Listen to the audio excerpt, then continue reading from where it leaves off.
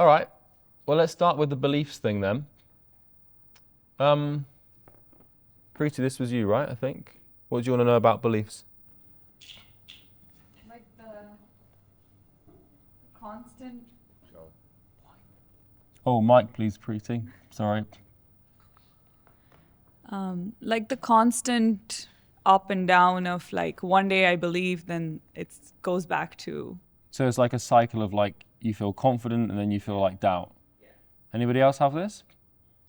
I think beliefs would be more probably to do with the value systems you've grown up with in terms of what's held you back. You know, you believe that you can achieve something or not, and just the way. We just our minds are sort of constrained with what we think we can do. So it sets into a belief because maybe that's what we've seen around. Maybe it's relationships and families and friends, and I think the belief system sort of originates from that. Yeah. And then how do you sort of overcome that? I think with what you're experiencing, where 1 minute you wake up and you've got extreme confidence, thank you by the way, man, and then you wake up and you're doubtful. You've got 3 types of beliefs. You've got knowledge, and this is coming from my rework of self-transcendence, so it's a work in progress, so bear with me. We have knowledge-based beliefs, we have judgment-based beliefs, and then we have identity-based beliefs. So this is kind of how we perceive reality. So your knowledge-based beliefs is like what you believe you know. So for example, right now I believe that I'm at a mastermind, which is just the truth. So it's seldom that you ever run into any problems here because this is just what you see, unless you're seeing the wrong thing. So like, for example, if you say, I believe the earth is flat, that's like your knowledge, if that makes sense. Your judgment, I don't, by the way, believe that the earth is flat. Your judgment-based beliefs are what your opinion is of your knowledge. So I think the earth is flat and that's a good thing. Right? So I believe that is good, or I believe that is bad. So for example, you could say your knowledge-based belief is I believe that Donald Trump is the president, or the president to be of the United States. And then a judgment-based belief of that would be I believe that that's going to be a good thing, or he's going to be bad, or it's going to be, whatever, or I like Donald Trump. Now the identity one is usually where you're going to fall short. So are you having doubts about yourself, or are you having doubts about what you know, or is it the business is going to fail? What's this pattern? I feel like for me, it's I kind of yo-yo between knowledge and judgment. Mm-hmm. Not so much identity. Like I have the conviction that I will succeed. I just have to keep going at it. But it's more so like my judgment of the current events. Yeah. That then makes me sometimes believe certain things. When things are going good, I'm like, yeah, we're so back, and then I'm like, okay, we're so done. And is this relevant specifically to how many appointments you book? Is what's the core nexus because obviously you're doing this, right? Where you're like, oh, things are amazing, and then you're like, oh no, I'm gonna do something bad to myself. So no, thank God for that. So what is this about? Is it one thing? Is it 2 things? Is it 3 things? It typically revolves around the amount of cash flow coming in that month and the results for the clients. Results for clients. So this is the interesting thing then, is it's kind of like your mood is tracking an output. This isn't a belief. This is just what's actually happening, right? So if you have a good month, then you're like, I had a great month, which is true. But if you've had a bad month, then you believe you had a bad month, which is also true. So this isn't necessarily you don't need to fix a belief thing, you just need to fix the problem. Does that make sense? Because this isn't a result of your beliefs. Because it's not like at the start of your month, I'm going to have a terrible month this month. It's if you finish the month and the cash flow is high, then it's good, right? And your emotions are good. So this is not a belief, and this is an emotional regulation thing, right? So why does that happen? Why do client results go up and down, and why does cash flow go up and down? Because that's what you're trying to solve. You can tell, if you have a really bad month, for example, with our 5% conversion rate on the month, if me and Bo get to the end of the month and we're like, that was a great month, I believe it was a great month, all we've got to do is believe that it's positive, that's how you get steamrolled real quick, This sort of that sort of thinking makes sense when you're at dead zero and you're just starting and you just need to get through the day. But when you're at this point where you're at 6 figures, 7 figures, 8 figures, if you've had a bad month, you don't want to, the emotional residue of that should register painfully, because the only reason that you pick it up and get to here is because of the amount of pain you're in here, right? So why does this go up and down, like the cash flow? Is it appointments? Is it sales, conversion rate? What's going on? I think it's me. It's you, Yeah. but why? Because I feel like I start to take it easy. Like, Okay. you know how we have like the ceilings and floors? Mm-hmm. So once I get to the ceiling, I'm like, okay, I can relax. And then it hits me.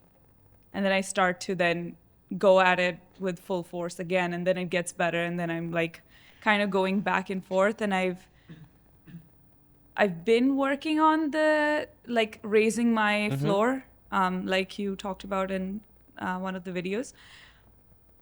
But I think I'm not being like strict with myself, because then I let go again. So is it like, so you'll get up to this point where you'll have like a month or a few weeks where your clients get, because this is two things, right? This is cash flow, this is client results.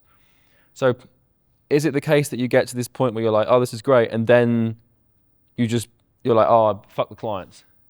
Like, I'm not pointing fingers, but like, what's the thought pattern behind that? I think the thought pattern kind of is like, one, I'm not focusing on offloading the things that someone else could do, and, you know, parting with the money to give it to someone else who can then free up my time. So I end up doing everything myself, and that kind of keeps me in the loop of like catching up almost. Because if I have so much work to do, I'm not really able to put time towards acquisition for our own self, and I'm just like in the fulfillment cycle. Okay. And that keeps me like stuck in the loop of like, if I'm putting out a ton of campaigns for clients, then I know that they'll be getting good results, because there's like the latency between when I launch campaigns and when they start to book meetings. And then that kind of keeps me on like the catch-up mode. Okay.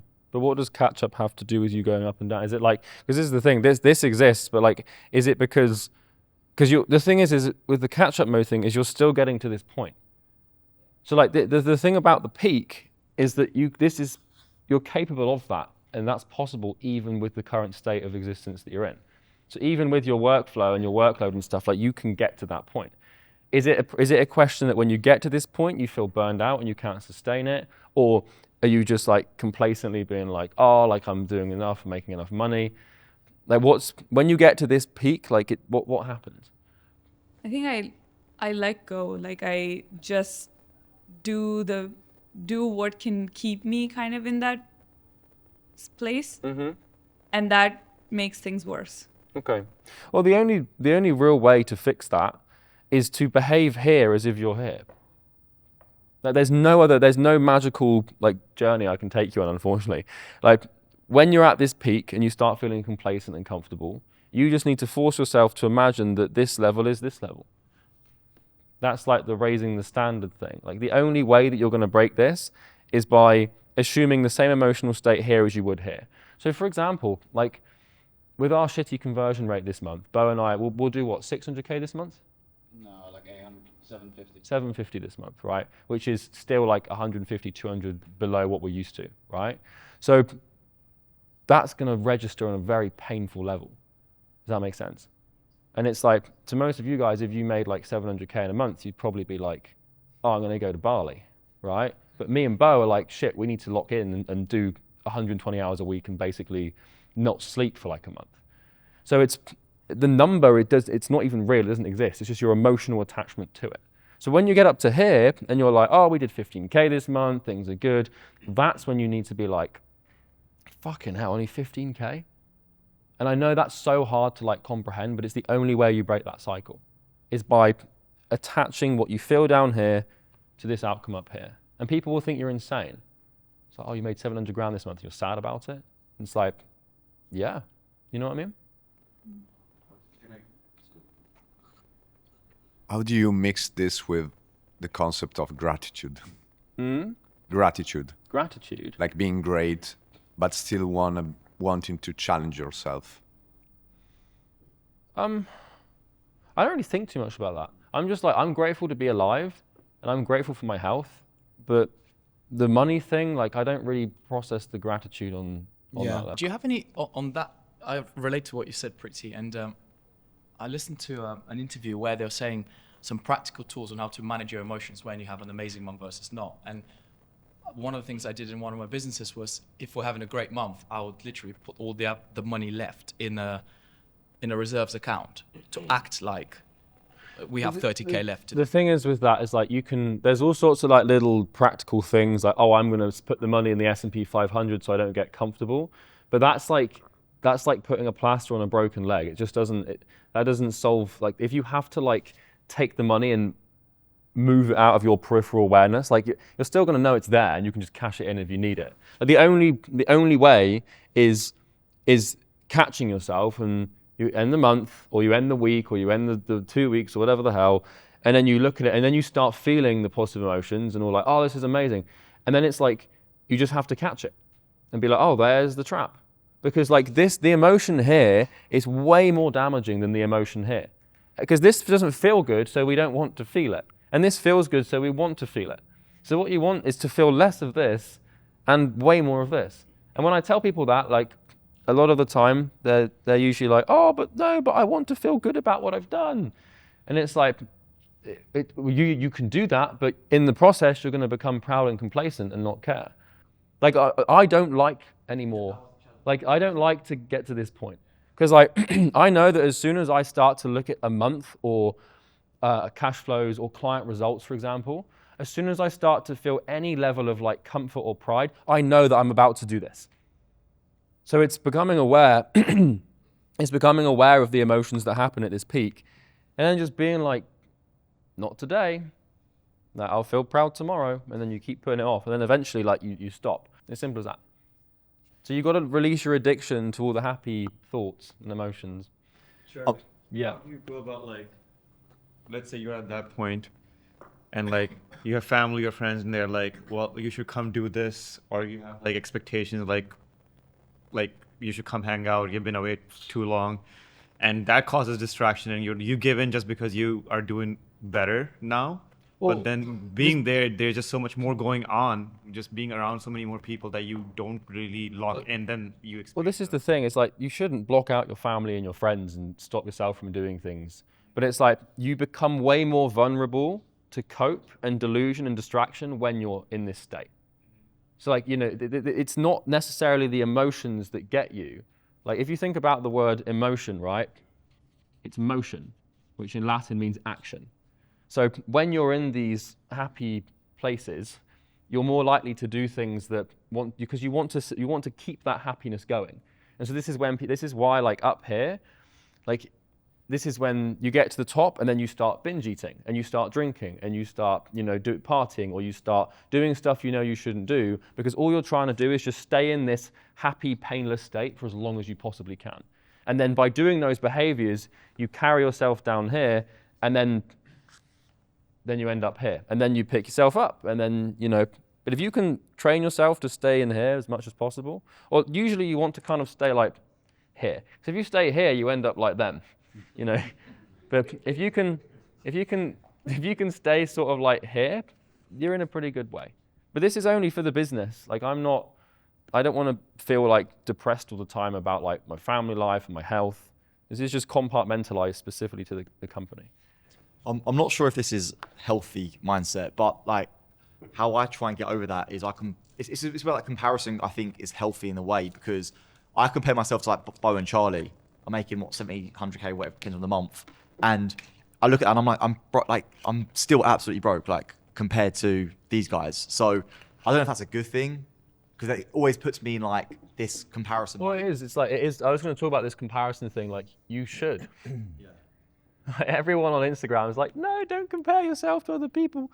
I look at people like Hormozy. Like this is why I read a lot of history books, because it like humbles me. Because this is the thing, like when you're like in your 20s making like 100k a month, you just think like you're the best thing ever.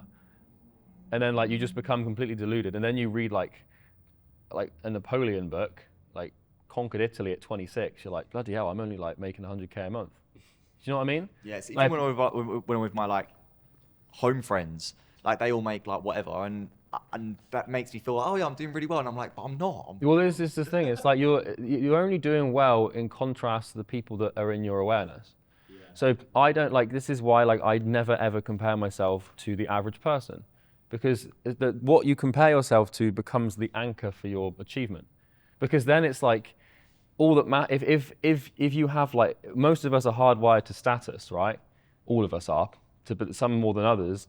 So like if this is your anchor here, which is like a normal person making 30K a year, then all you're going to care about is getting to like just a little bit more than that. But then I look at like Hormozy and I'm like, he's got like 5 million subs. He's got like making 250 million a year. He's got like hundreds of people on his team. And then I'm like, I'm nothing. And then like I actually think that. And then you actually start, this is a sort of pattern. You stay in that position. As soon as you're like, oh, I'm richer than everybody. Like, yeah, it might be true, but like, you know, you're going to stay poorer than few, you know. I'd love to know like Elon's mindset around this, because yeah, because who does Elon Musk look up to? Like, he's just probably some Saudi prince. Yeah. No, but this is the thing, man. Like, eventually you get to a point where like you don't have to fuck around with this, because you're so. I can imagine probably so advanced that it's just. You're just playing the game, you know. It's like I'm just mates with Donald Trump, and I've got this car company, and I go to space. It's like that. He doesn't. I don't think he thinks too much about this. I think his It's more about actually like creating a new world. I think his biggest enemy is probably time. I would imagine. Yeah. Because when you do something big like that, the only enemy you have is time. Yeah. And that's a tough one to beat. Yeah. So like this is the one emotion that sits up here is pride, pretty much. Like this is when you get to this point and you're like, look at what I've done. You should look at it and think, oh no. But like this depends on what your goal is, because if you just want to make like 100K a month and sit there and be chill, then you can afford to do that. But like if you keep on going through the cycle, it's a sign that you're not where you want to be. So does that make sense? Yeah. Should there be any time for like rewarding yourself? I need the mic, mate. Should there be any time for rewarding yourself though? Should there be any point where you like recognise your achievements? 100%. Well, it depends on your goal. Where's the balance between that though? Well, it entirely depends on what you want. Like, for example, Bo and I don't care about feeling achieved, if that makes sense. But that doesn't mean that you wouldn't, if that makes sense.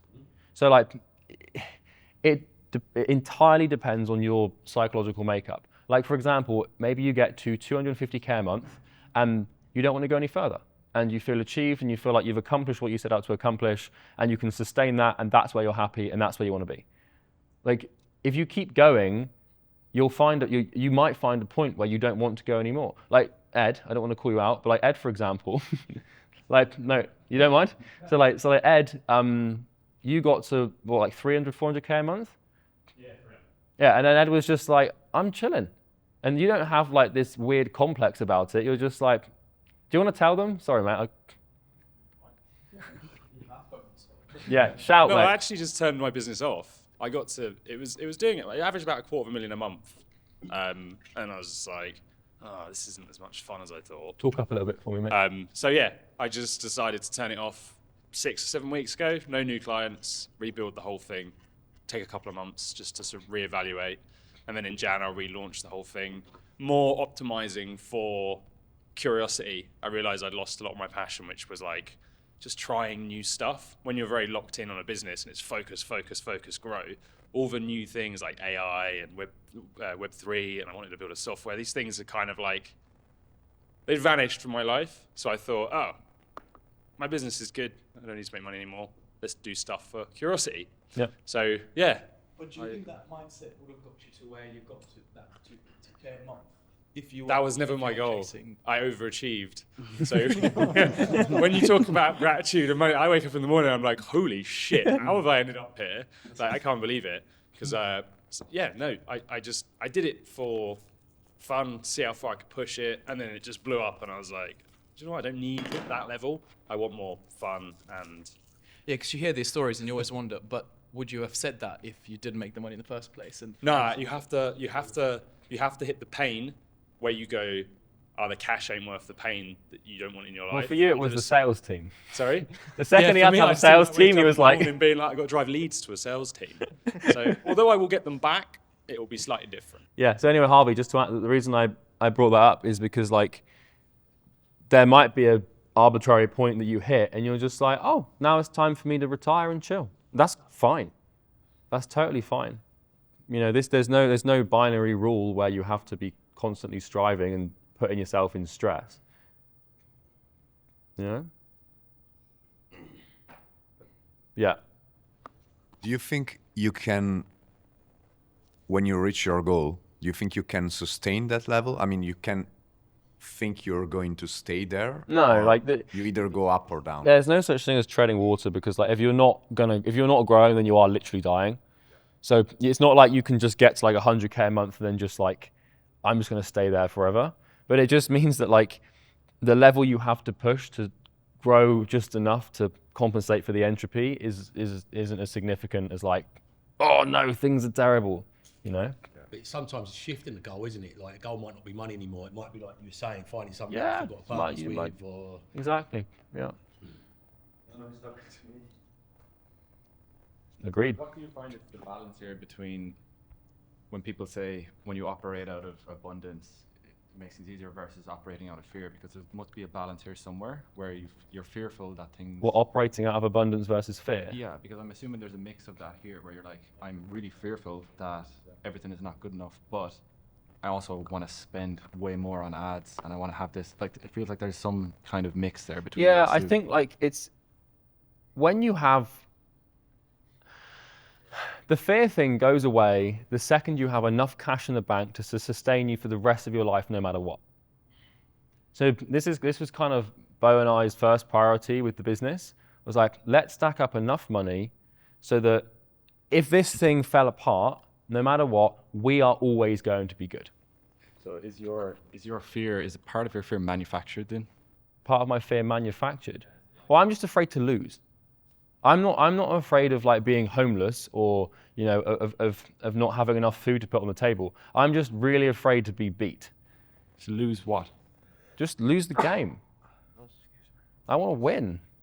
I want to be number one. I don't know why. It's like some weird thing, but like, I'm not afraid of, the only thing I'm afraid of is being beaten by someone better than me. And that's exact, if you look at any athlete or any person who's done anything great, it's usually just that. And that's the negative. Obviously you've got the big vision, but I probably made the vision so no one could beat me. Like it's, you know, it's as simple as that. But like if you want to get out of the fear thing, that's just cash reserves. Because then you know you're always good. Yeah. How much is enough? How much is enough? Once again, that depends on you, man. For you? Hmm? For you? Enough. Did you? Because I think I'm working towards that, and I'm like, all right, Towards what? That to have enough. Like I have a number in mind that if I get there, Yeah. then I know I'm good, and then I'm playing the rest of my life for free, and I Yeah. can make like any business decision, and I know Yeah. I can start some stupid thing and like, or could take way more risk because I know I'm Mm-hmm. gonna be fine. So when you were both working towards that, and obviously I'm sure you had that number in mind. Once you hit that, like, Well, we've already hit it. Ours is we've hit it now. But sorry, go on. yeah, you've hit it. Yeah. You obviously don't. I can't say for certain what's going to happen once I hit that number. What I want to work on. I don't think I'm going to want to be in the info product space forever. No, me I neither. really think anyone does. Yeah. So I know, hey, if that comes around in 2 years, that comes around in 5 years, I hit that number. I don't know what's next. Which. Well, this is kind of the thing. Is it's like, I think I might have used this metaphor last time, but like this is the vision thing, right? Where you're like, what do I do next? It's like, the metaphor is pretty straightforward. Imagine you're on a desert island, and like, you're on this desert island and you want to build a civilization on this island, right? But in order for you to start thinking about where you're going to put the church or the school or where you're going to have all the cool stuff, you need to find water, and you need to find food, and you need to find shelter, and that's cash reserves. So once you've found, like, if you're thirsty, you're not going to be thinking about what color you want the panes of the hospital to be. You want a church, say for example, but then you might get there and be like, oh, actually, I don't. Well, want a exactly. church anymore. But this is the thing: is like, it's impossible to think of the big vision thing. I mean, I don't think it's impossible, But like obviously a lot of the visionary entrepreneurs, they didn't wait until they had big cash reserves to have the vision. But because we've got this dangling carrot in front of us that is just ridiculous profit margins, we just, it kind of makes sense. But how we did it is we got the money and we had it banked and we put it in some safe places. And then it just took like a year to think of the next big thing.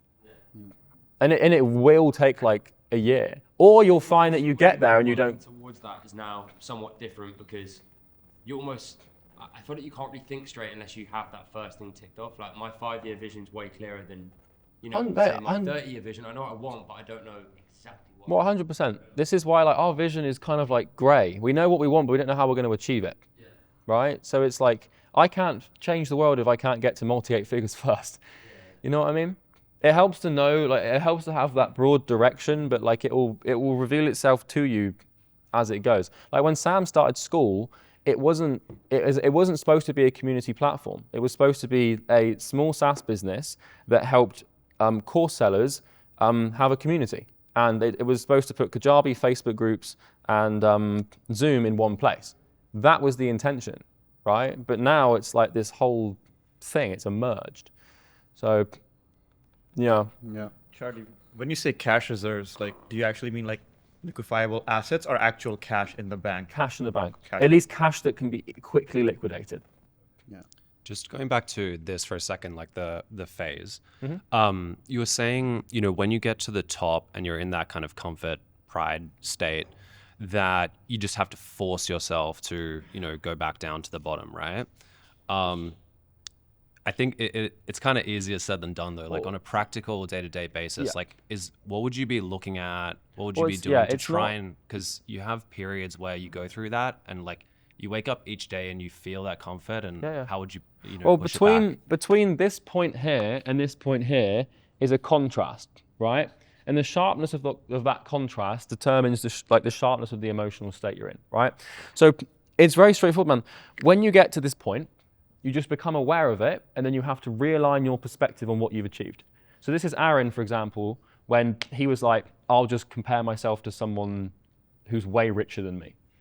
And then that you have to find a way to reintroduce that pain. So let's say that your goal is to make like 100K in a month, and then you do it. Most people say, yeah, I made 100K in a month, and you'll do that. But then you need to look at it and be like, yeah, I made 100K in a month, but I could have probably made 300. And this guy over here, who's like 5 years younger than me, has made like 1.7 million. And you need to find like these little ways. And the only way you do that is by the contrast. It's a little bit controversial, but the way I do this as well is I've just watched Andrew Tate. Like the way he throws money, the way he talks about it, you're just like, I've got what, like my whatever, like it's nothing. Like yeah. Well, the easiest way that I've found to do this is reading the history thing. Yeah. Because that really humbles you. Yeah. Like when you read about like some dude who like led an army at 19 years old and like won, and you're just there like, I've got like. Is that not easy just to be like? Because for example, I don't know what Napoleon. I never read anything about Napoleon, but I'm sure he's had some family thing that got it. Like he wasn't like a stable boy that suddenly. No, mate. Napoleon grew up in like a semi-aristocratic family. He was like bullied in like school for not coming from a rich family. Like he wasn't like born into like the aristocracy. Like this is the thing is a lot of these historical figures. Yes, they were born into rich families, but you've got to realize that so were thousands of boys. Like by being an info, you're born into a rich family. Do you know what I mean? Like you've kind of landed a pretty good spawn, so to speak, right? So, like yeah, there's all sorts of coping that you can use, but like, or you just read about like war stories, because you think that like, oh, it's a struggle to like, I've only made 10K this month. Like try reading about Holocaust or something, man. Like it will really like it completely. We get very deluded in this thing, man. And then you're like, I can't, figure out like this problem. It's so stressful. It's like, well, try being a prisoner of war for 10 years, because people gone through that.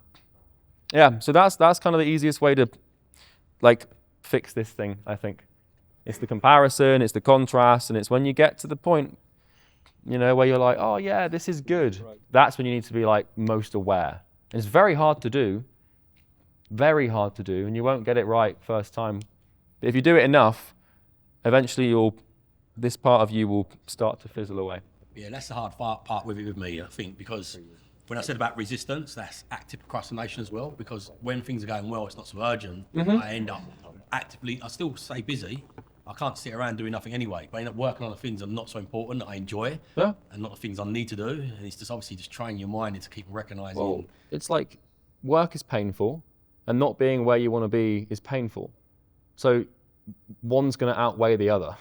So if the work is more painful than you not being where you want to be, then you're not going to work.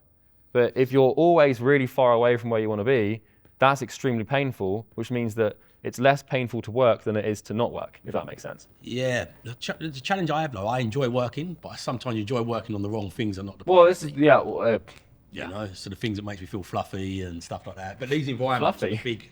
Yeah. Hang on a minute. But these environments are. This is the biggest thing I get from these rooms, actually being in these rooms, because it makes you realise you've got to focus. Just like it's we all just think that we're hot shit. Because kind of we are objectively against the normal person. Like, oh yeah, like you're a millionaire or you're like multi-six figures, but then but we're not. Do you know what I mean?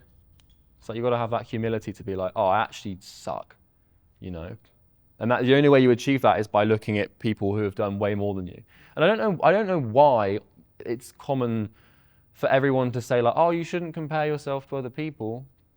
Like, I don't know why we say that, because it's like the easiest form of motivation ever. I mean, it's not necessarily healthy, but then what's healthy? The fucking food pyramid? I don't know. Right. Okay. Any more questions on that oscillation up and down thingy-majiggy? Yes, mate. See, a man that needs the mic. I like it. So, I haven't got there yet, but I'm afraid if I get there, I'll lose all the motivation, because personally, my psychology is I'm quite pain-driven. Poor background, poor family. I want to get my parents a house. Yeah. How do you stay driven and motivated if most, like, you know, the people talk about the dark energy, and then eventually you hit it? Well, this depends on you're worried about something that might not even happen yet. So I get it, like. No, I think I'm worried that I'll always be pain-driven, and I'm not sure if. You're worried you'll always be pain-driven. Yeah. Well, every human is pain-driven. Yeah. Like Freud figured this out, that like pain avoidance is like the only thing that we all have. It's like the main thing. We all move away from pain. I don't know, man. Like, no, I understand. I know what you mean, because I was initially working because I was like angry at the world and like, you know, this, that, and the other. But like there's different types of pain. So like, you know, if you're working because bad family background or you grew up poor or whatever, like you'll get to a point where you have enough money that your brain is like, it's kind of like you've closed that loop, that traumatic loop. You're like, yeah, I've got enough money now to not think I'm poor, or to retire my mum, or to give my dad what he needs, or whatever, blah, blah, blah. And then you'll get there, and then you'll find like a new, like sort of a purer level of pain, which comes from places like, I don't want to be beaten, or the fact that this happens in the world is not on and I want to fix it. Like, it's always going to be something negative that pushes you, but it won't register in the same sort of like dark, traumatic way that you had at the beginning, you know?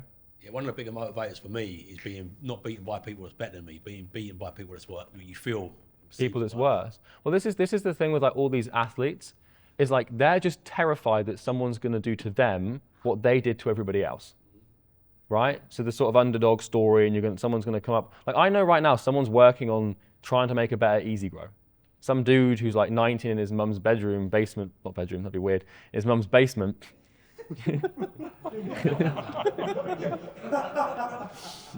Oh dear. That was mistake number one. But that's the thing, I'm worried about that. And it's happening. Like there's some like guy like watching my YouTube videos like, oh yeah, give me 5 years. And the only way that I'll be beaten is if I have that pride. Because this is what we did to like everybody in the SMMA space and the consulting space. Thank God Sam moved on to school, because we wouldn't have been able to compete with him. But like, we asked the sales reps the other day, like, who comes up on sales calls? Like, who is it? Who are we against? Like, what's the, oh, I want to look at this guy's course. And like, there's none of them, except from some like really specific weird niche country ones. And so like, I'm worried that that's going to happen to us, because we look at all of our competitors and like they're all just like marketing managers or something. You know? Cool. Any other stuff on that topic? On your journey, have you done anything to like reward yourself for hitting certain milestones? Reward myself? Yeah. Well, this is the thing, man. Is like, my reward is intrinsic. I don't want to buy things to make myself feel good. Like, I don't get like gratification or satisfaction from, like, if I bought like a Lamborghini, I might feel good about that for like a couple of days. But it wouldn't be like real. It would just be like, oh, monkey, shiny object, great, fantastic. You know, look at me. I get way more satisfaction from like just hitting goals. Like that data thing. I'd rather that data than a Range Rover. Yeah. You know, like I still want a nice house and I still want a nice car and I want a comfortable life and a healthy body and all this stuff. And I want enough money to help my family and that. But like, I don't feel the need to necessarily buy things extrinsically to reward me. Do you know what I mean? Yeah, totally. Yeah. So, yeah. Interesting. But wouldn't it be easier to just fulfill the need than be over it? What do you mean? To buy the data you wanted, and then Yeah, well, this is the thing, like you mean like the Rolex? Yeah, well, you're never over with it though. Because if you give into it, then it's like, now you've reinforced the behavior. So the idea of being like, oh, I'll buy the Rolex so that I don't want to buy the Rolex anymore, well, it doesn't work like that. Because now you want to buy another Rolex. So like, you've got to realize, man, like any behavior that you do, you usually repeat. Now that's just habit forming. But usually it's kind of like what I did, where you buy it and then you kind of realize that, oh, this doesn't really mean anything or matter to me, and then you just sell it or get rid of it. Or you don't, and then you keep buying, you keep buying, and you keep buying. So it's kind of a risky one. Like I said this at the last event where I had this urge to I had this old personal Instagram account with like all of my friends from back home who didn't know that I was successful or whatever. And like, I wanted to post on that thing and just show them. I was like, yeah, look what I've done. But like, I didn't, because I was like, if I do that, then I'm going to want to do it again and again and again. And like these little impulses you have, like they come from deep parts of you. But I've kind of realized now that like, if you don't, like, it's kind of like we were talking about Marcus, like the last event, where like, if you don't gratify them, that energy has to go somewhere and it will usually go into your work. So it's like, if I post to all of my personal friends to try and gain this status, then maybe my YouTube videos are slightly worse because I've got what I need from something that doesn't matter. So when you have all these little needs and you don't necessarily meet them at the shallow level, all that energy gets sent into the work, which is usually the thing that, you know, they can facilitate it through. It's like, oh, I want status, I'll have a mastermind with 100 people. Yeah, fucking weird how it works. But as soon as you cave, then that energy's like, it's a waste. It's gone, you know? Yeah. Charlie, I know you mentioned about once you've sort of, in terms of just the cash reserves and the money, which means you've made enough to sort of know that you could stop working now, and at least you've made enough for life. And I know you said that maybe it takes a little bit of time to sort of get some vision in terms of what do you work for now, in terms of just a period where there's that, you know you're not working for money anymore. And I guess for me, that's been the stage for almost about a year now. And I'm sort of at that place where, so I know you said maybe comparison's one thing, and I'd probably want to do that, but how do you process that? Like, what happens when it's really not the money goal anymore? And so, yes, there's that need to probably be better than the rest and sort of do that. But what if that doesn't come very naturally? Is that where you're at now? Or? Yeah. So you... I think I've been there for the last 1 year. So I've sort of just, for about a year now, I think I reached all the money goal, everything that I need to do, probably just maybe a year back. Yeah. And for a year now, I'm just sort of living through the motions, just... Well, does it bother you? Yeah. So you feel like pain for not working on like, because this is the thing is like when you hit the reserve, let's just say there's like a number. We've all got a number, right? Like you're either going to be like Ed, for example, there's no shame, where you're like, I'm good and I just want to have fun and live a happy life. Or you're going to be like, oh no, this sucks. So where are you on this scale? I'm at the sucks part because I think there's lots of creative energy that's not going anywhere. Because it's almost like, where's the push? Like, what do you need it for?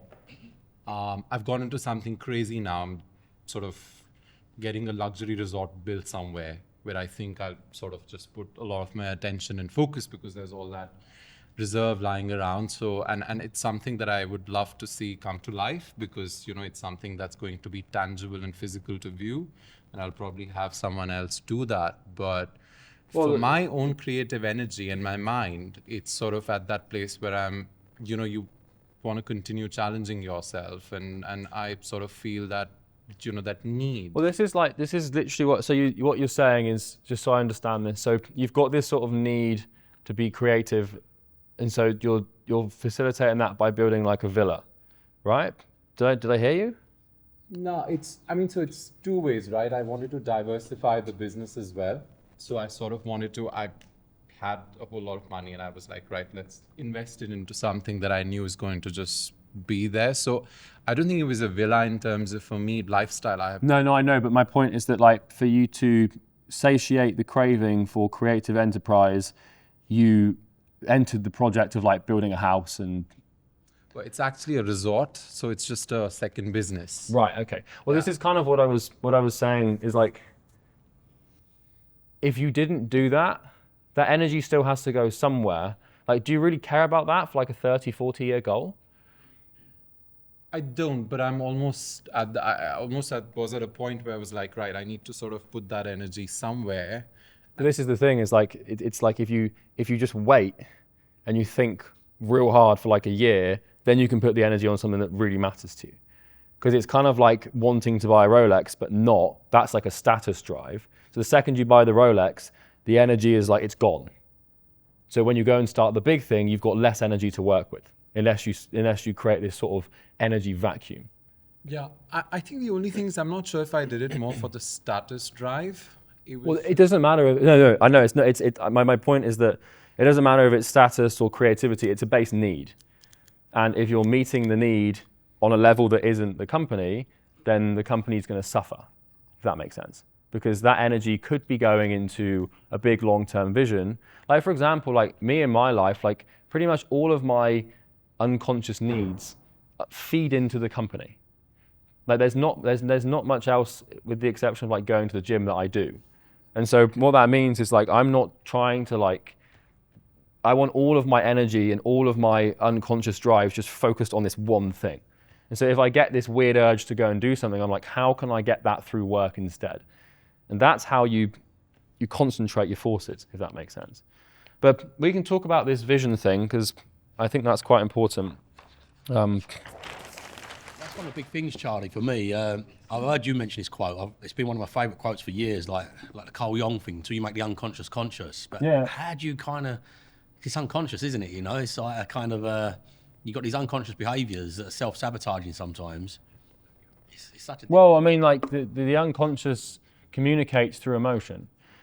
So any time an emotion is present, it's a sign that a part of you is trying to tell you something. Yeah, so be aware of your emotional... Yeah, so it's just, well, the way that they do it in, we won't go into shadow work too much because I'm aware it gets quite woo-wah, but the way that they do it in shadow work is you label, so you feel something, and then you start labeling it, right?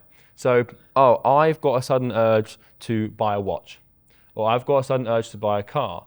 That is status, Charlie, you know? Or, you know, I've got an urge to play a video game, or I've got an urge to do something. Like maybe that's like progression, Charlie. This is the thing with video games, for example, is like we've got all these young guys who play video games, and that's because they, like, as a sort of universal force, as a young man, you have this like need for progression. Like it's like this imperative need to feel like you're making progress towards a goal. And so what people do is they play video games, and that satiates the need. So when they try and start a business or a career, they're already getting what they need from the game. So they're way less likely to work hard on the business because what they need they can get by just pulling up a controller as opposed to picking up the phone. And so this is what I mean by like these sources of energy. And I know it sounds so hippie and woo-wah, but it works. Yeah, I think one of my big values is exactly that, is awareness. You just got to be aware, and I think in the moment, emotions can overrule you, like logical thinking. So being aware and judging them after the fact. You can do it in retrospect. Absolutely, as I'm saying. I think that's the key of it, being aware of it, because then you can catch the patterns of where it comes. It is just awareness. It's like, oh, there's that version of me or that version of me. And then like, oh, it wants to achieve this through this, so why don't we do this instead? No. Yeah. Got a quick question about the materialistic stuff again. At what point do you, because like we're all going to die, right? And we're all essentially living this big game. They're definitely going to die. we're all living this big game. We can't take the money with us. So it's about enjoying it while everything while we're here. Obviously, there's a balance to it. You don't want to go out and just blow it, because then the later you will suffer. But at what point with you guys, like with the money you're making, I feel like while you're young, surely you don't want to be like 50 years old then buying your Lambo. Like, who cares? Like, we don't care. I guess I'm like it's one of those things, man, where like this is kind of like in ancient Greece, you've got the two schools of philosophy. You've got Stoicism and you've got the Epicureans. The Epicureans want to live a life of pleasure, and you know they just want to have fun, and that's the point. And the Stoics are like, yeah, I want to be this like, you know, man, and I want to be like a rock, right? And it's like, if a Stoic tried to live an Epicurean life, they'd be miserable because their value system is out of alignment with it. And if an Epicurean tries to live a Stoic life, they'd be miserable. Neither's right or wrong. It's only right or wrong insofar as it conflicts with your values. So, for example, I know that when I'm 50 years old, I won't care about buying a Lamborghini because I don't. Why? If I don't want one now, why would I want one then? It's not in alignment with who I am or what I want. Like this is why, like I still want the status. But I know I can get the status through my name as opposed to some metal. Do you know what I mean? But okay, so in terms of like even the luxury of like, let's say a Rolls Royce, right? Forget the brand for a second. Let's say you could get a Rolls Royce without the brand, right? But driving around, like it's more comfortable to drive around. having a nice house with air conditioning. Like it's not about it's about just enjoying like the best of life, like eating good food. Well, this is why like I get that. This is why like but we buy like the most expensive water, the most expensive steaks. The house is really expensive. If I'm gonna Uber, I'm gonna get a nice Uber. Like I'm not gonna like sleep on the floor, you know. Like I'm gonna when we move to the UK, I'm gonna buy the best furniture. I'm gonna buy the best bed with the biggest mattress and you know all of this stuff. And like you could get a driver and have like a nice car and stuff. So sure, but you know, but like for the different reasons than, the luxury. Like for example, like we'll get to a point where we probably have like a private jet, but it won't be so that I can go on my Instagram and be like, look at me, everybody. It will be so I can like save time to work on the vision. Yeah. Same thing with a boat. Like yeah, boat would be fucking awesome, but I don't know if that's a good idea or not. It's also relative. Like it's for us. Like I don't know what were some examples they use, like the water or the steaks or the house. It's like doesn't like as soon as you buy something and it affects you, like it's like it kind of hurts. It owns you. Too expensive. It's like you know. So Epicureanism.